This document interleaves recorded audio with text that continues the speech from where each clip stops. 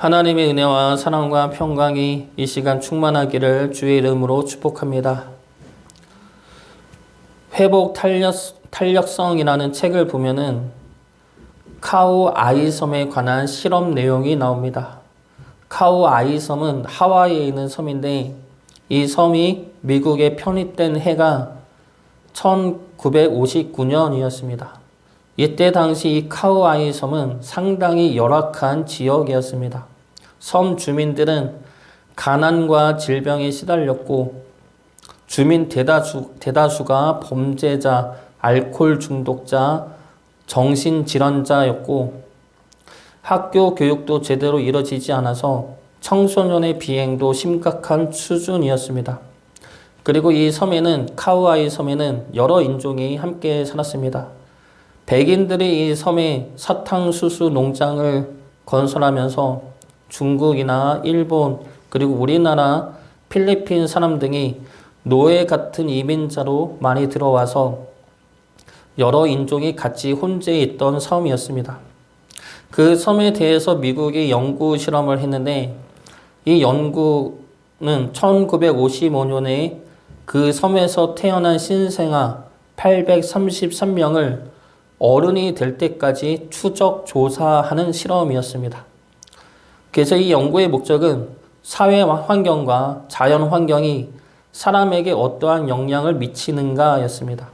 그리고 이 연구는 신생아가 어른이 될 때까지 30년 동안 계속되었습니다. 근데 이 연구 결과를 보면은 지금 우리 입장에서는 특별히 다르게 볼 만한 것은 없었습니다. 가정 환경이 안 좋은 가정, 결손 가정이라든가 부모의 성격이 안 좋으면 자녀들 역시 사회에 적응이 어려웠다 라는 것이죠. 이런 결과는 당연한 결과이고 지금 우리는 다 아는 결과들입니다. 그런데 이러한 연구 결과 중에 특별한 결과가 하나가 발견이 되었습니다.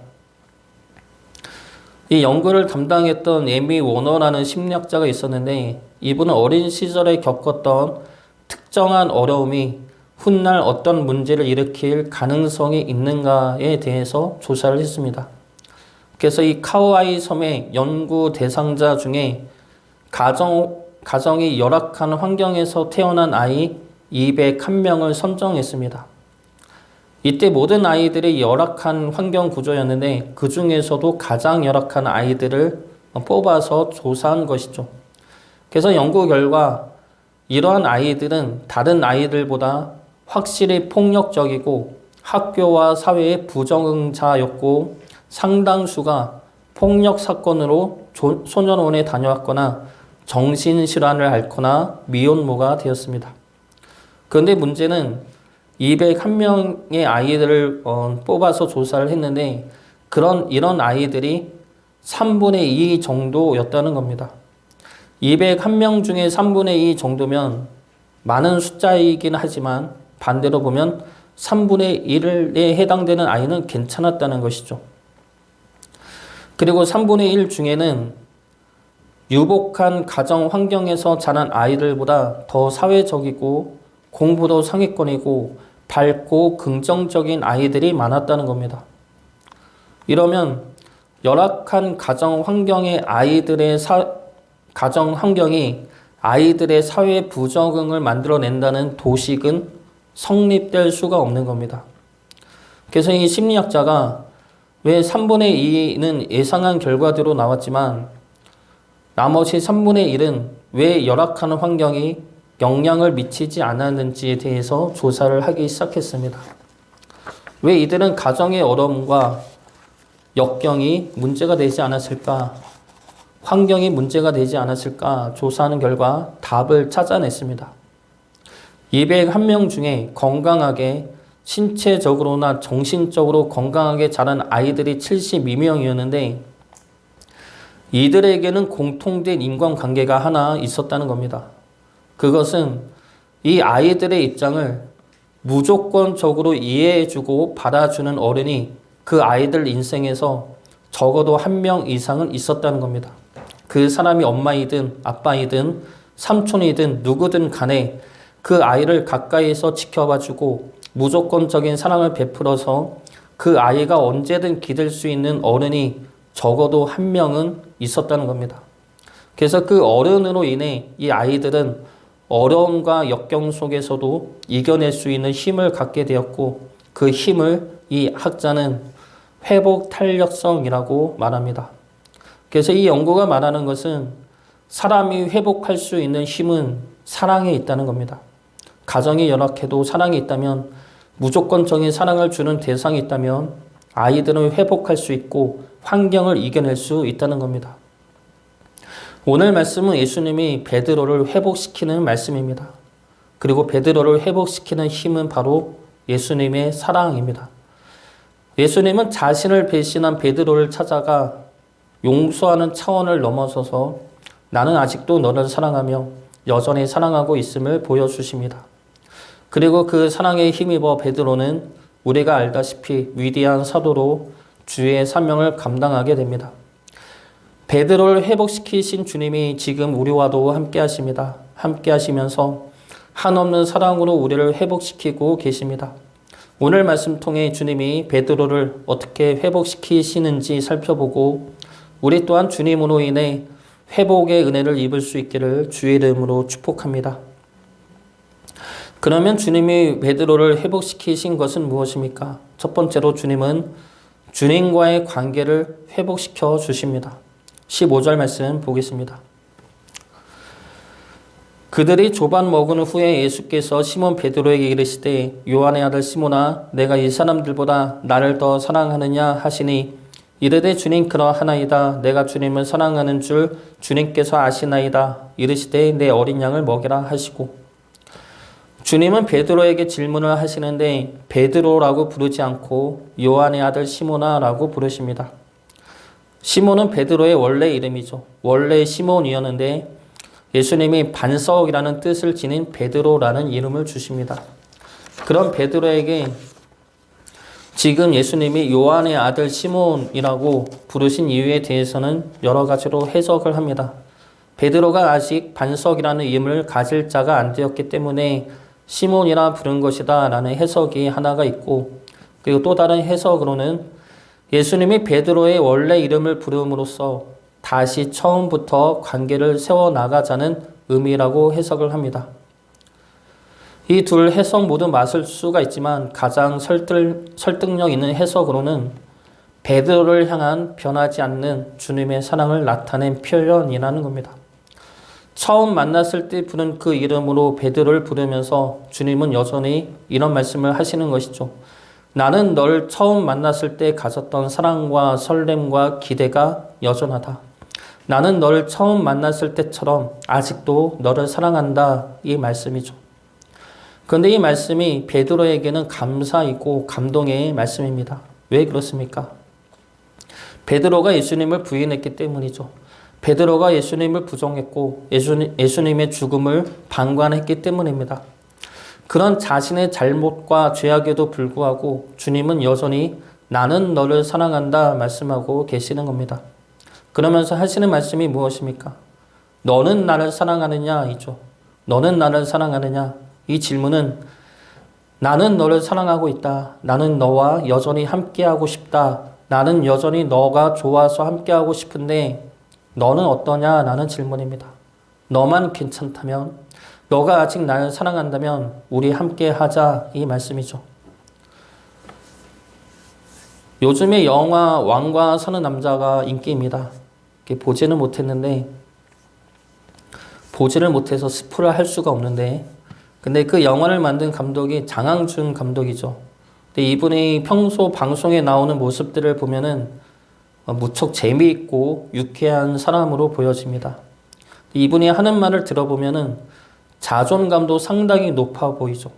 그래서 웬만한 상처받을 일에 전혀 상처를 받지 않고 오히려 좋아하고 즐기는 듯한 모습을 보입니다. 예를 들면은 이런 개그를 하죠. 이분의 아내가 시그널, 킹덤을 쓴 김은희 작가입니다. 유명한 작가이죠. 남편보다 돈을 더 잘 버는 작가였습니다. 그런 아내에 대해서 말하기를 자기 아내 김은희 작가가 돈을 잘 벌어서 처음에는 좋았는데 점점 사람들의 칭찬을 하다 보니까 더 좋다. 이런 식의 개그를 사용하는 것이죠. 자존감이 높아야만 할 수 있는 말입니다. 근데 이렇게 유쾌한 분이 자신이 어릴 때 힘들었던 이야기 하나를 한 적이 있습니다. 자신이 어릴 때 동갑내기 사촌이 4명이 있었는데 이 4명이 다 공부를 너무 잘했다고 합니다. 그리고 자신만 유일하게 공부를 너무 못했다는 것이죠. 그래서 그런 상황에서 친척들이 모이면은 너 몇 등 했니? 너 시험 점수 얼마나 나왔니? 이런 이야기를 서로 하면서 한다는 것이죠. 그러면 자신이 너무 속상했다는 겁니다. 그러다가 어느 날은 내가 너무 최악의 어린이, 못난 인생 같다는 생각이 들었다는 겁니다. 그래서 책상에 앉아서 나는 왜 이렇게 공부를 못할까? 나는 왜 이렇게 의지가 박약할까? 이러면서 혼자 울고 있었다고 합니다. 그때 아버지가 들어오면서 자신의 어깨를 두드려 주면서 이런 말을 해 주었다는 것이죠. 괜찮아. 아빠도 공부 못했어. 그래도 아빠 사장 됐잖아. 이 말을 들으면서 이 말이 자신에게 엄청난 위로와 힘이 되었다고 합니다. 예수님을 장항준 아버지에 비교할 수는 없지만 우리를 바라보는 시선은 이와 비슷하다 말할 수가 있습니다. 우리가 못나도 우리가 잘못해도 주님은 괜찮다고 말씀하시죠. 우리가 주님에게 죄를 지어 상처를 주고 우리 욕심 때문에 잘못을 하고 말씀을 듣지 않아도 주님은 괜찮다고 말씀하십니다. 내가 너를 사랑하니까 그 사랑으로 다시 하면 되니까 괜찮다고 말씀하십니다. 주님은 우리를 사랑하시죠. 그 사랑은 변하지 않고 영원히 계속될 사랑입니다. 그 사랑이 항상 우리에게 있기 때문에 우리는 언제든 주님과 관계를 회복할 수가 있습니다. 우리만 주님을 바라본다면, 우리만 주님을 다시 사랑한다면 주님은 언제든 우리를 안으시어 우리와 사랑의 관계를 회복하시고 이뤄나가실 것입니다. 우리를 언제나 사랑하시는 주님이 우리와 함께 하심을 믿고 기억하시어 주님과의 관계가 늘 사랑의 관계로 세워져 가기를 주의 이름으로 축복합니다. 두 번째로 주님은 베드로의 사명을 회복시켜 주십니다. 주님은 베드로에게 네가 나를 사랑하느냐 질문하시고 베드로의 대답을 들으신 후에 내 양을 먹이라 말씀하십니다. 베드로에게 3번 질문하신 것은 베드로의 3번 부인에 대한 용서와 회복의 의미로 질문을 하신 것입니다. 그리고 나서 양을 먹이라는 사명을 주시는데 양을 먹이라는 말씀이 조금씩 차이가 납니다. 첫 번째 질문 끝에는 내 어린 양을 먹이라 말씀하시고 두 번째 질문에는 내 양을 치라 하시고 세 번째 질문에는 내 양을 먹이라 말씀하십니다. 이렇게 차이가 있는 것은 첫 번째는 대상이 어린 양, 즉 사명의 방향이 약자를 향하여 있습니다. 약자를 향하여 복음의 말씀을 먹이라 말씀하시는 것이죠. 그리고 두 번째로 양을 치라는 말씀은 목자의 행위입니다. 양을 치라는 것은 양을 아껴서 보살피라는 말씀이죠. 그러한 행위를 양들에게 행하라는 겁니다. 그리고 세 번째로 다시 한번 양을 먹이라는 말씀은 약자뿐만이 아니라 모든 양들을 향하여 복음의 말씀과 생명의 말씀을 먹이라는 말씀입니다. 여기서 말씀은 단지 말씀만이 아니죠. 말씀을 전하고 말씀대로 행하는 것인데 이 행함은 주님의 말씀에서처럼 양을 위하여 자신의 생명을 돌보지 않는 것을 말합니다.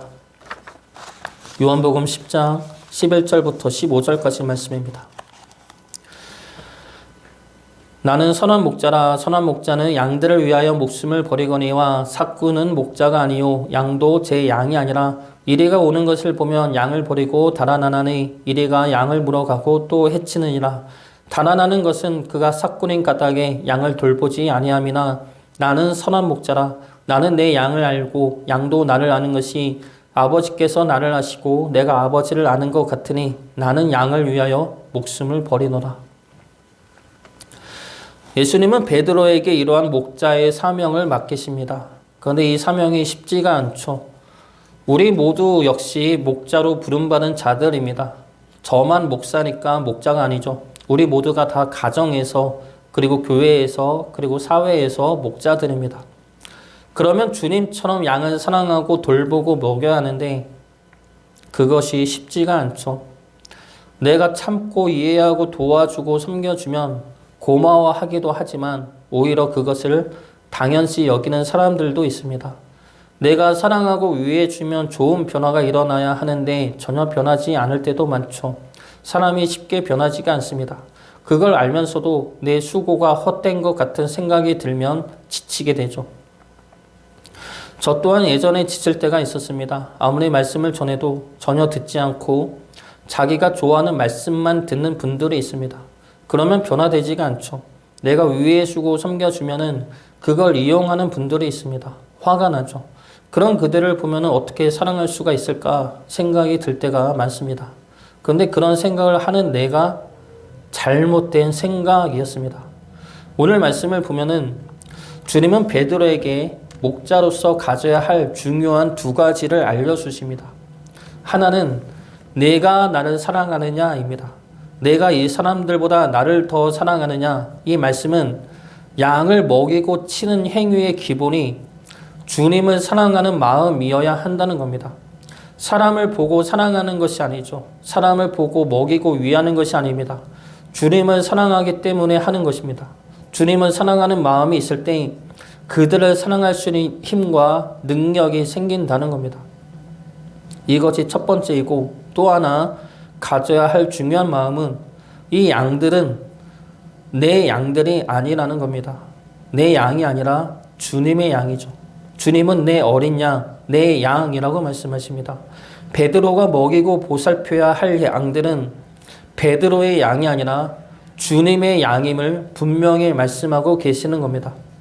이것은 내가 그들을 변화시켜야 하는 것이 아님을 의미하죠. 그들을 변화시키고 그들을 성장시키는 것은 주님이라는 겁니다.